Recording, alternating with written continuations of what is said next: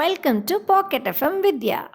ஒரு பிச்சைக்காரர் ஒருவர் தினமும் கோவில்ல தர்மம் கேட்டுட்டு இருக்காரு. தினம் கிடைக்கிற காசுல அவரால் ஒருவேளை மட்டும்தான் திருப்தியா சாப்பிட முடியுது. அப்படி ஒரு நாள் யோசிக்கிறாரு, இப்படியே போனா சரி வராது, நம்ம இடத்த மாத்திரோன்னு மாத்துறாரு. அப்படி அவர் அங்க போன இடத்துல அவருக்கு ஒரே ஆச்சரியம். வரவங்க எல்லாரும் 10 ரூபாய் 20 ரூபாய்னு சந்தோஷமா கொடுத்துட்டு போறாங்க. காசு மட்டும் இல்லாம குடிக்க ஜில்லுன்னு அப்பப்போ பானம் வேற கொடுத்துட்டு போறாங்க. அந்த பானத்தை குடிச்ச மயக்கத்துல இருந்த பிச்சைக்காரர், ஐயோ கடவுளே, நீங்க இங்க தான் இருக்கீங்கன்னு தெரியாம உங்களை நான் கோவில்ல இருக்கீங்கன்னு நினைச்சு நம்பி இருந்துட்டனே அப்படின்னு சொல்றாரு.